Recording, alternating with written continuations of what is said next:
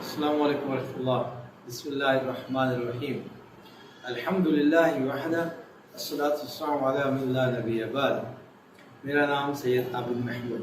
ماہ محرم اور حرام کی عظمت و احترام، وہ فضیلت کیوں ہے اور کیا ہے؟ اکثر بچوں میں بات ہوتی ہے اور بڑوں میں بات ہوتی ہے. قمری تاریخ کا جاننا اور پہچاننا یہ فرض کفایہ ہے، لیکن عمومی طور پر لوگ اس سے لاپرواہی کرتے ہیں.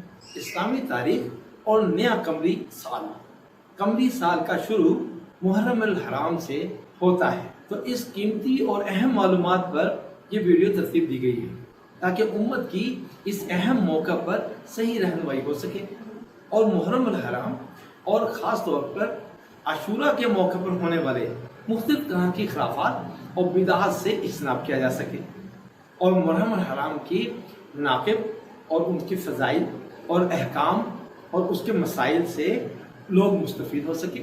محرم کے معنی معزز، محترم، معظم کی ہیں، اس لیے یہ مہینہ خاص طور پر احترام، عظمت، اعزاز و فضیلت والا ہے.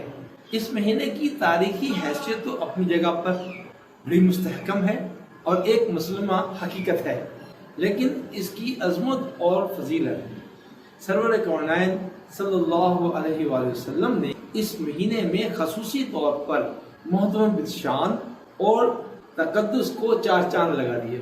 تو تاریخ اسلام کی بیشتر اہم مہم اور عبرت آموز واقعات و حالات اسی مہینے میں رونما ہوئے ہیں. تو اس ماہ محترم کی تعلق سے چند اہم باتوں کا تذکرہ کرنا اور اس کی ادنا سی کوشش کرنے کی جسارت کریں گے. اللہ سبحانہ وتعالیٰ نے اسی عظمت والے مہینے محرم الحرام میں یہ آسمان و زمین کو بنایا، قلم کو بنایا، حضرت عالم علی نبینا علیہ السلام کو بھی پیدا کیا، اور اسی پاکیزہ مہینے میں حضرت عالم علی نبینا علیہ السلام کی توبہ بھی قبول کی، اور اسی پاکیزہ و معزز مہینے میں حضرت ادریس علیہ السلام کو اللہ سبحانہ وتعالیٰ نے آسمانوں پر اٹھایا، اور اسی مہینے میں حضرت نوح علیہ نبینا علیہ السلام کی کشتی ہولناک سیلاب سے بچ کر جودی پہاڑ تک پہنچی، اور اسی محترم مہینے میں حضرت ابراہیم علیہ نبینا علیہ السلام کو خلیل اللہ بنایا گیا، اور ان پر نار نمرود گل گلزار بن گئی. اور اسی ماہ میں حضرت اسماعیل علیہ نبینا علیہ السلام کی پیدائش ہوئی.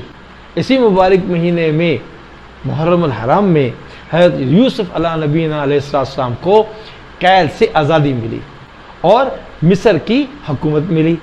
اور اسی پاک مہینے میں، مبارک مہینے میں، حضرت یوسف علیہ نبینا علیہ السلام کو اپنے والد حضرت یعقوب علیہ نبینا علیہ السلام کے ساتھ ایک لمبی جدائی کے بعد دوبارہ ملاقات ہوئی. حضرت موسیٰ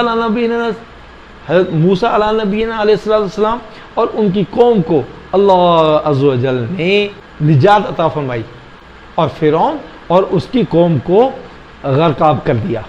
اور اسی پاک اور مبارک مہینے میں موسیٰ علیہ السلام پر تورات نازل ہوئی، اور اسی معزز مہینے میں حضرت سلیمان علیہ نبینا علیہ السلام کو بادشاہت واپس ملی، اور حضرت یعقوب علیہ نبینا علیہ السلام کو سخت ترین بیماری سے شفا ملی. اور بھئی اسی مہینے میں حضرت یونس علیہ نبینا علیہ السلام کو مچھلی کے پیٹ میں 40 دن رہنے کے بعد نکالا گیا، اور اسی مبارک مہینے میں حضرت یونس علیہ نبینا علیہ السلام کی قوم کی توبہ قبول ہوئی، اور ان کے اوپر سے ایک سخت ترین عذاب کو ٹال دیا گیا. اور تمام نبیوں کے سردار محمد رسول اللہ صلی اللہ علیہ وآلہ وسلم نے اسی مہینے میں روزہ رکھنے کا اہتمام فرمایا، اور اسی مہینے میں حضرت عیسیٰ علیہ نبینا علیہ السلام کی پیدائش ہوئی. اور محرم الحرام کے ہی مہینے میں حضرت عیسیٰ علیہ نبینا علیہ السلام کو شریر یہودیوں سے بچا کر اللہ عز و جل نے آسمانوں کی طرف بلا لیا. اور یہاں تک مورخین کہتے ہیں کہ اسی محرم کے مہینے میں اللہ سبحانہ وتعالیٰ کی طرف سے زمین پر پہلی بار بارش نازل ہوئی، پہلی بار رحمت کی بارش ہوئی. اور اسی مبارک مہینے میں قریش مکہ بیت اللہ پر غلاف ڈالتے تھے، اور اسی مبارک مہینے میں حضور اکرم صلی اللہ علیہ وآلہ وسلم نے کبریٰ رضی اللہ تعالی عنہما سے نکاح فرمایا. اور اسی مہینے کوفی فریب کاروں نے نواسہ رسول صلی اللہ علیہ وآلہ وسلم اور جگر گوشہ حضرت فاطمہ رضی اللہ تعالی عنہما کو میدان کرب و بلا میں شہید کر دیا، اور اسی دن قیامت بھی ہوگی۔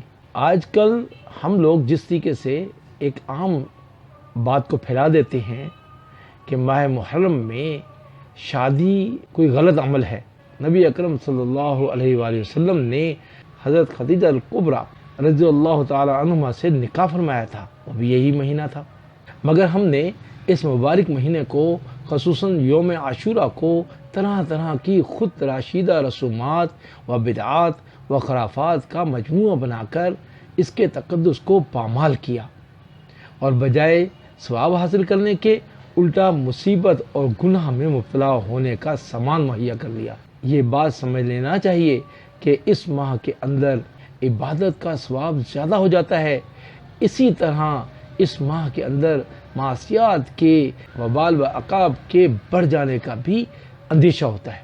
اس لیے ہر مسلمانوں کے لیے ضروری ہے کہ اس محترم و مکرم مہینہ میں ہر قسم کی بدعات و خرافات سے احتراز کرنا ہے، جن کا دین اسلام سے دور دور تک بھی کوئی تعلق نہیں ہے۔ تو میرے بھائیو دوستو بزرگوں، ہم نے اپنی زندگی کو اللہ سبحانہ وتعالیٰ کے طریقے پر اور محمد رسول اللہ صلی اللہ علیہ وآلہ وسلم کے طریقے پر گزارنا ہے، اور انسانوں کے بتائے ہوئے وہ طریقے جو دل کو بھی بے شک بھاتے ہوں یا دماغ بھی مانتا ہو، ہم نے نہیں اختیار کرنے۔ وہ بدعات ہیں، وہ شرک ہے، وہ دین میں بڑھی ہوئی باتیں ہیں، ان کا دین سے کوئی تعلق نہیں۔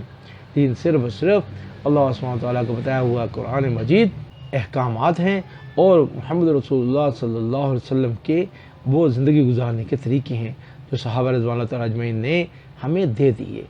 اللہ آپ کو بھی عمل کرنے کی توفیق عطا فرمائے، اور مجھ سے آکار کو بھی اپنی زندگی کو ایسے ہی ایک نمونہ کے طور پر گزارنے کی خاص طور پر توفیق عطا فرمائے۔